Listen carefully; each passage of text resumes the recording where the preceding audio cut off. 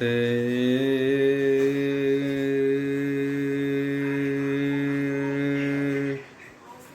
वासुदेवाय।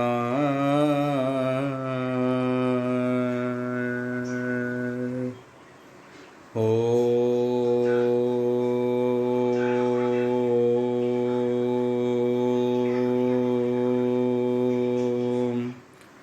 नमो भगवते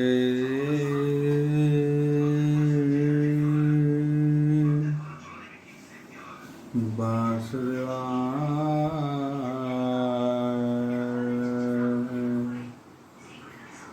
ओम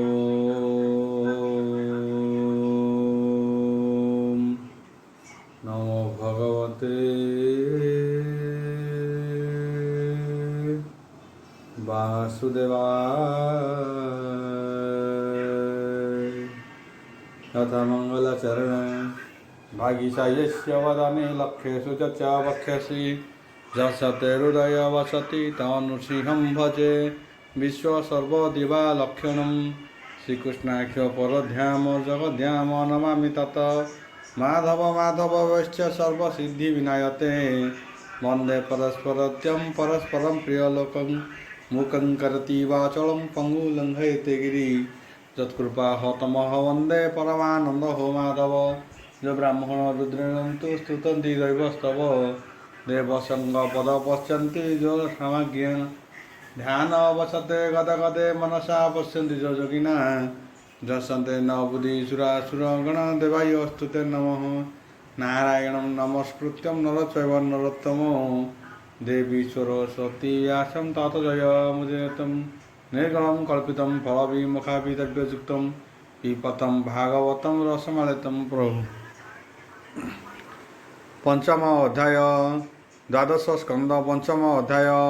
परीक्षित उवाच बोल प्राणवार हरि बोल कहे परीक्ष नृपमणि भमुनि शुण मोर वाणी एतोर मुखु ज्ञान मान शुणी श्रुति रे कली पान घोर संसार उद्धारिल विष्णुर चरिहित कहिल एबे संदेह मोर मन तक्षणे करिहि विदंसन एकाल रूपी हि महासर्प हरिव मोर एड़े दर्प दंशिव लोचहने देखिबि केमंते देह समर्पिबि एणु मचित भय पाई तुम्भ छामुरे हे कहिलई दंशह संकटकषण एथुरु करह परित्राण हेमंते राजा मुखु शुणी कहन्ति सुख महामुनि सुख उवाच बोल ब्रंदवार हरि बोल सुख कहन्ति हि शुण राये श्री भागवत हर निर्णय हे भागवत आदियंत विश्वात्माकर हरि रचरित भगवान बहरम पुरुष अमीय रूपे हे परकाश जहाँ अनुग्रह करी ब्रह्मा जन्मी सृष्टि करी जहाँ स्वरूप होइन सतगुण विष्णु जन्म जन्म संसार प्रवर्तन्ति पाळीन रचना करन्ति जहाँ क्रोध जात होई रुद्र जगत संहारई शुण परीक्ष क्षतिपति मरिबु बोली जेउ भीति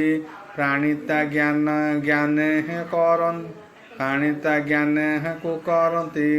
तु एबे छाड़ एही भ्रांति जन्म कऊ नसी दिन नोहिछि तुम्भे हेत राजन आओ आगरे जन मनोहिबी वर्तमान रे न मरिबी ऐहिक जात नोहि अछि जन्म नोहि थिले पछे उत्पत्ति स्थिति जार नाही विनाश होई बकिम पाई पुत्र पौत्रिक हए तोहर କେହି ଯେ ନୁହନ୍ତି ତା କାହାର ସମ୍ପତ୍ତି ଐହି ସୂର୍ଯ୍ୟମର୍ତ୍ତ୍ୟ ବାସୁଦେବ ମାୟା ସଞ୍ଚିତ ଯେମନ୍ତେ ଜୀବ ହରୁ ଅଙ୍କୁର ତହୁଁ ବୃକ୍ଷାଦି ଅବତାର ସେ ଫଳ ହଇ ପ୍ରତ୍ୟକ୍ଷେ ଜୀବ ଅଙ୍କୁଶହର ପୁଣି ବୃକ୍ଷେ ତେମନ୍ତେ ନୋହେ ପିତା ପୁତ୍ର ସମ୍ବନ୍ଧ ଜାଣ ପରୀକ୍ଷିତ ଏହା ସେ କହିବା ବୁଝାଇ ଯେହ୍ନେ କାଷ୍ଟରେ ଅଗ୍ନି ଥାଇ ଅରଣି କରି ତା ମନ୍ଥିଲେ ଅଗ୍ନି ପ୍ରକାଶ ହୋଏ ଭଲେ ପ୍ରତ୍ୟକ୍ଷ ଦର୍ଶନ ଦିଅଇ ଅରଣ୍ୟ ଭସ୍ମ ସେ କରଇ ଆପणे ଅନ୍ତଃ ଧ୍ୟାନ ଯାଇ ଏଭାବେ ଦେହ ମାୟା ଥାଇ ଯୋଗ ଅଭ୍ୟାସରେ ମନ୍ଥିଲେ ଦର୍ଶନ ପାଇ ତାକୁ ଭଲେ ସେ କର୍ମ ବନ୍ଧନ ଶରୀର ଦଗ୍ଧ କରି ହୁଏ ଅନ୍ତର ସ୍ୱପ୍ନ ଯେ ମଣ୍ଡ କାଟ ଯାଇ ପ୍ରାଣ ତ୍ୟାଗ ହୋଇନ ଥାଇ ନିଦ୍ରା ଭଙ୍ଗରେ ମିଥ୍ୟା ହୋଇ ସେ ଭାବେ ଜନ୍ମ ମୃତ୍ୟୁ ଦୁଇ ଏ ଆତ୍ମା ଶରୀରୁ ବିଲଗ ଜନ୍ମ ମରଣେ ନାହିଁ ସଙ୍ଗ ଘଟଇ ଭିତରେ ଆକାଶ ସେ ଘଟ ଯେବେ ହୋଏ ନାଶ ଆକାଶ ପୂର୍ଣ୍ଣମୟ ଦିଶେ ଘଟ ବିଯୋଗେ ରହେ ଶେଷେ ସେ ଭାବେ ଦେହ ନାଶ ଗଲେ ଜୀବ ମିଶଇ ବ୍ରହ୍ମ ତୁଲେ ଘଟର ବିନାଶ ହୁଅଇ ଜନ୍ମ ମରଣେ ତାର ନାହିଁ ଜୀବ ଅବିନାଶୀ ବୋলাই ପୁଣି ଶରୀର ପ୍ରକାଶଇ ମନହୁ ଦେହ ଗୁଣ କର୍ମ ଆପणे କର ହଇ ସୁଜନ ସେ ମନ ମାୟାରୁ ସମ୍ଭବ ତେଣୁ ଜନ୍ମ ମୃତ୍ୟୁ ଲାଭ ମାୟା ଦେହର ଅଧିଷ୍ଠାନ ଦେହେ ସଂଯୋଗ ଅଭିଯୋଗଣୟ ଘୃତ ବଳି ତାହା ଯୋଗ ପାଇ ଯେସନେ ପ୍ରଦୀପ ଜଳଇ ତାହାକୁ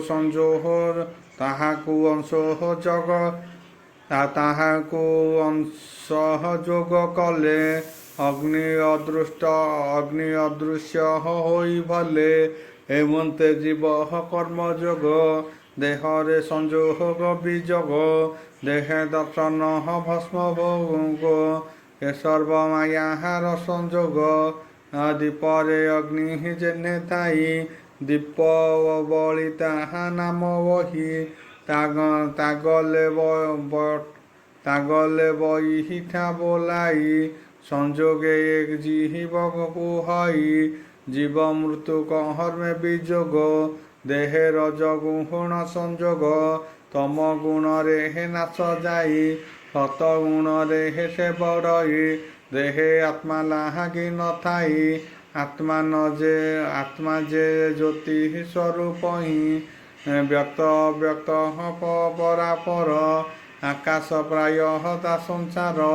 ସର୍ବବ୍ୟାପୀ ଯେ ନିର୍ବିକାର ଅନ୍ତ ଉପମା ନାହିଁ ଯାର ଜଗତ ଆଶ୍ରୟ ଯେ ଭୂତ ସର୍ବବ୍ୟାପୀ ନିଶ୍ଚଳ ମତ ଅମୃତ ଫଳ ସେ ଫଳନ୍ତି ଯୋଗ ଅଭ୍ୟାସେ ଉତ୍ପତ୍ତି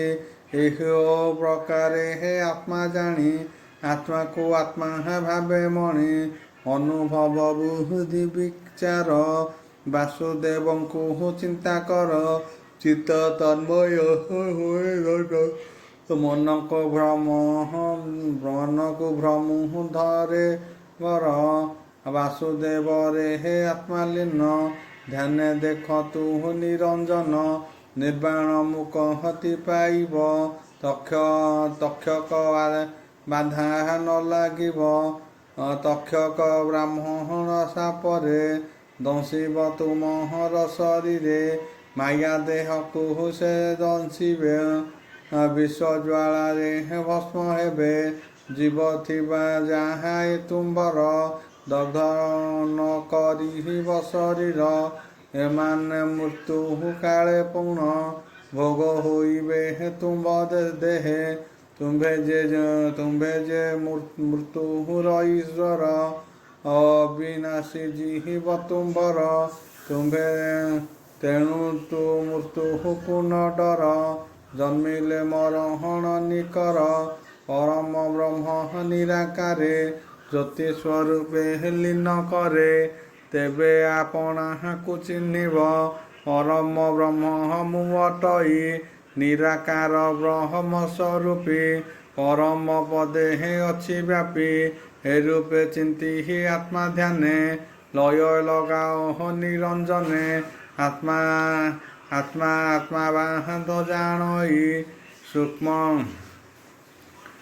ସୂକ୍ଷ୍ମରେ ବ୍ରହ୍ମ ଭାବ ପାଇ ସେ ନିରାକାର ଲୀନ ହୋଇ ଚାରି ପ୍ରଳୟେ ଶଙ୍କା ନାହିଁ ଶୁଣ ରାଜନ ପୁଣ୍ୟ ଦେହା କହିବା ତୁମ୍ଭ ଆଗେ ତକ୍ଷକ ବ୍ରହ୍ମ ସାପ ଆସି ତୁମ୍ଭର ଚରଣରେ ଦଂଶି ସେ ବିଷ ଅଗ୍ନିରେ ଦେହ ଦହି ହୋଇବ ଭସ୍ମମୟ ତୁମ୍ଭେ ଯେ ତାଙ୍କୁ ନ ଦେଖିବ ତୁମ୍ଭ ଦେହ ଜୀବ ନଥିବ ଯୋଗେ ଅଯୋଗେ ତ ଶରୀର ପ୍ରକୃତି ଜିଣିବ ସ୍ୱତର ପରମ ପଦେ ଯାଇଥିବ ଏ ମାୟା ଦେହେ ନ ଦେଖିବ ହେମନ୍ତେ ତକ୍ଷକ ସ୍ୱଭାବ ଋଷି ବାକ୍ୟ ପ୍ରହତି ପାଳିବ ଏଣୁ ତୁମ୍ଭ ଚହରଣେ ଘାତ ତକ୍ଷକ କରିବ ନିୟତ ମାୟା ଶରୀର ନାଶ ଯିବ ଜଗତ ପ୍ରତ୍ୟକ୍ଷ ଦେଖିବ ତୁମ୍ଭର ଦେହୁ ଆତ୍ମା ଯିବ ନିରାକାରରେ ଲୀନ ହେବ ଜାମୋତେ ତୁମ୍ଭେ ଜାମୋତେ ତୁମ୍ଭେ ପୁଛା କଲ କହିଲୁ ତୁମ୍ଭଙ୍କୁ ସକଳ ସର୍ବ ଆତ୍ମା ଯେ ବାସୁଦେବ ଏବେ ଧ୍ୟାନରେ ତାଙ୍କୁ ଭାବ ମୌନ ବ୍ରତ ହୋଇ ବସ ପଦାର ବିନ୍ଦେ ମନରସ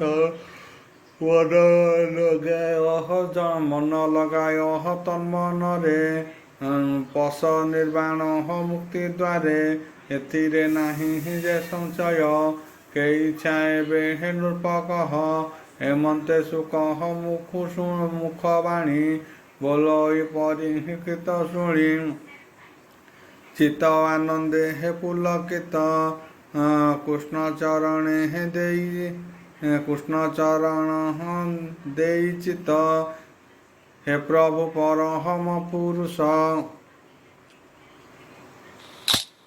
ମହିମାନ ଜାଣଇ ଶେଷ ତୁମ୍ଭର ଭାବ ତୁମ୍ଭେ ଜାଣ ତ ବିନୁ ନାହିଁ ପରିତ୍ରାଣ ତୁମ୍ଭର ଚରହଣେ ମନ ମୋର କାଳେ ରଖିବ ଚକ୍ରଧର ଆଶା ବିଶ୍ରାମ ନାବତାର ମୋ ଆଶା ରଖ ତପୟର ନମସ୍ତେ ଦେବ ନାରାୟଣ ଭବ ଜଳରୁ କର ତ୍ରାଣ କହଇ ଦାସ ଜଗନ୍ନାଥ ତ୍ରାସ କରିବ ବ୍ରହ୍ମ ନେତ୍ର ଇତି ଶ୍ରୀମଦ୍ଭାଗବତେ ମହାପୁରାଣେ ପରମହଂସ ସଂହିତା ଦ୍ୱାଦଶ ସ୍କନ୍ଧେ ବ୍ରହ୍ମ ପଦେଶନ ନାମ ପଞ୍ଚଦଶ ଅଧ୍ୟାୟ।